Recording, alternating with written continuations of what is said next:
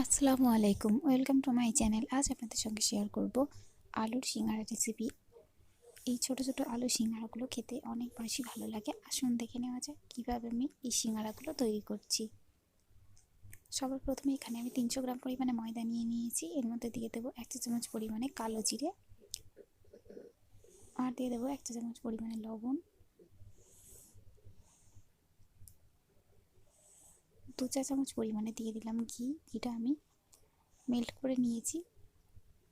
খুব ভালো করে এবার এইসব উপকরণগুলো ময়দার সঙ্গে ময়ান করে নেব। একটু সময় নিয়েই ময়ান করতে হবে, এতে করে সিঙ্গারাগুলো অনেক বেশি খাস্তা আর মচমচে হবে।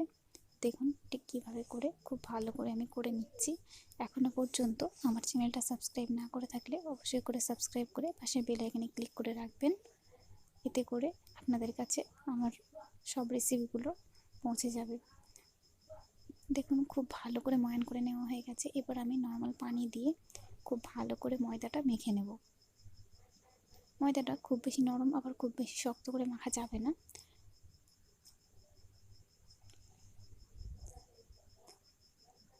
একটু শক্তর দিকে ময়দাটা রাখতে হবে। দেখতেই পাচ্ছেন ঠিক কীভাবে করে আমি মেখে নিচ্ছি। আরও কিছুটা পানি দিয়ে আমি আবারও খুব ভালো করে মেখে নেব।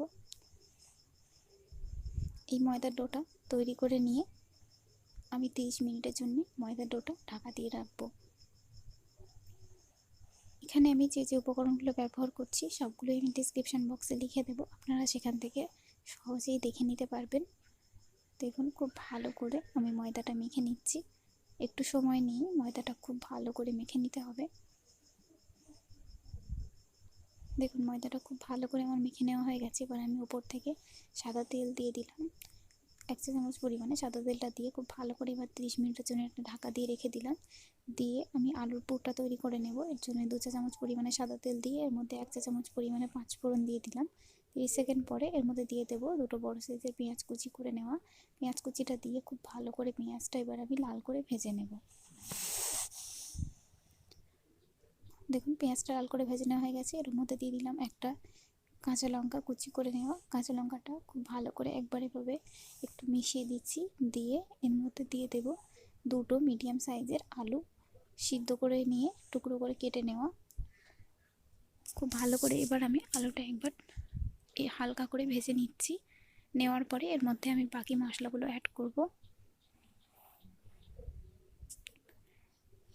দিয়ে দিচ্ছি 1 চা চামচ পরিমাণে লবণ, দিয়ে দিচ্ছি 1/2 চা চামচ পরিমাণে ধনিয়ার গুঁড়ো, 1/2 চা চামচ পরিমাণে জিরের গুঁড়ো, 1/2 চা চামচ পরিমাণে লাল লঙ্কার গুঁড়ো, 1/2 চা চামচ পরিমাণে হলুদ গুঁড়ো। খুব ভালো করে এবার এই গুঁড়ো মশলাগুলো আমি মিশিয়ে দিচ্ছি। দিয়ে খুব ভালো করে আলুটা 2 থেকে 3 মিনিট ভেজে নেব।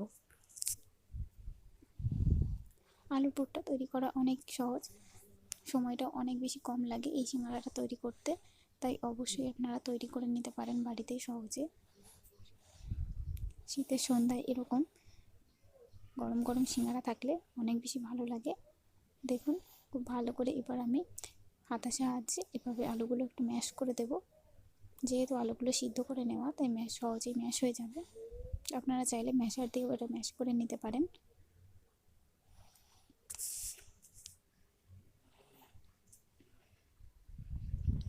দেখুন খুব ভালো করে আমি আলুটা ম্যাশ করে নিয়েছি। দেখতেই পাচ্ছেন আলুর পুরটা রেডি হয়ে গেছে। আলুর পুরটা খুব ভালো করে যখন ম্যাশ করে নেওয়া হয়ে যাবে এ পর্যায়ে আমি এর মধ্যে কিছুটা পরিমাণে বাদাম কুচি ব্যবহার করব। এখানে এটা ভাজা বাদাম আমি ব্যবহার করেছি। খুব ভালো করে এবার আমি বাদাম কুচিগুলো আলুর পুরের সঙ্গে মিশিয়ে দিচ্ছি। খুব ভালো করে একবার মিশিয়ে দেওয়ার পরে গ্যাসের ফ্লেম বন্ধ করে দেব। দিয়ে আলুর পুরটা আমি নামিয়ে রাখবো। আলুর পুরটা দেখতেই পাচ্ছেন ঠিক কেমন হয়েছে। একবার অবশ্যই বাড়িতে আপনারা এভাবে ট্রাই করে দেখবেন। আশা করছি রেসিপিটি আপনাদের কাছে অনেক বেশি ভালো লাগবে।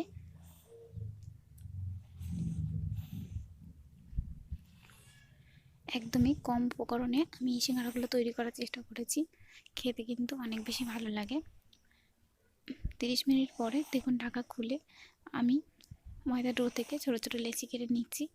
এখানে আমি এরকম সাইজের একটা লেচি কেটে নিলাম। নেওয়ার পরে এটা আমি বেলে নেব। একটু পাতলা করেই এটা বেলে নিতে হবে। আমি দেখিয়ে দিচ্ছি ঠিক কতটা বড় করে এটা বেলবেন। রুটির থেকে একটু ছোট আকারে এটা বেলে নিতে হবে। দেখতেই পাচ্ছেন পাতলা করে আমি বেলে নিয়েছি। এবার আমি এটা মাঝখান থেকে দুটো ভাগে ভাগ করে দেব।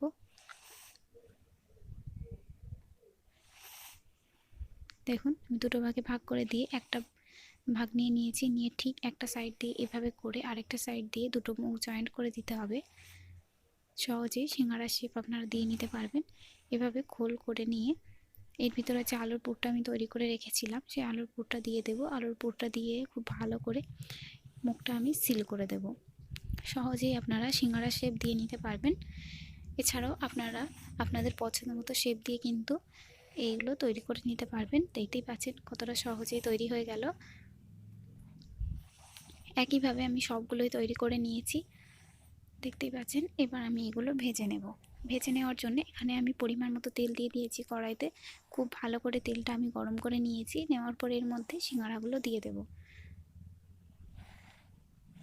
যতটা পরিমাণে সিঙ্গারা এর মধ্যে ধরবে আমি ততটা পরিমাণে সিঙ্গারা এর মধ্যে দিয়ে দিচ্ছি। দিয়ে খুব ভালো করে সিঙ্গারাগুলো আমি মিডিয়াম টু লো ফ্লেমে দিয়ে খুব ভালো করে লাল করে ভেজে নেব।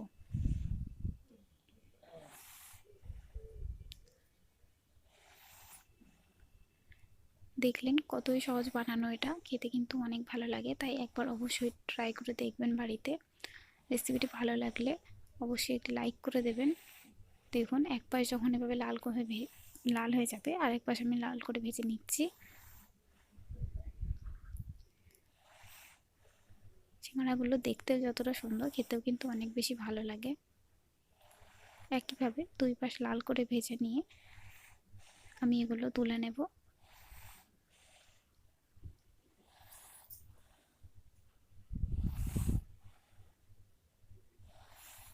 দেখুন ভেজে নেওয়া হয়ে গেছে। এবার আমি এগুলো তুলে নিচ্ছি। একইভাবে বাকি সিঙ্গারাগুলো আমি ভেজে তুলে নেব।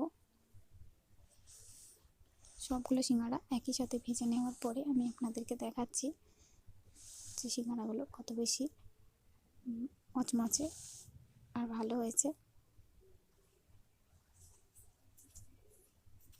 দেখতেই পাচ্ছেন সিঙ্গারাগুলো ঠিক কেমন হয়েছে। দেখলেই খেতে ইচ্ছে হবে, এত বেশি ভালো লাগে এই সিঙ্গারাগুলো। একটা সিঙ্গারা আমি আপনাদেরকে হাতে তুলেও দেখাচ্ছি।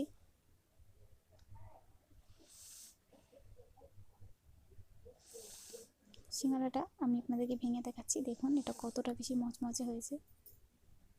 অবশ্যই করে গ্যাসের ফ্লেমের দিকে খেয়াল রাখবেন। লো টু মিডিয়ামে রেখে কিন্তু সিঙ্গারাগুলো দুই পাশ লাল করে ভেজে নিতে হবে। আজকের মতন এই পর্যন্তই। আবারও চলে আসবো নিত্য নতুন রেসিপি নিয়ে।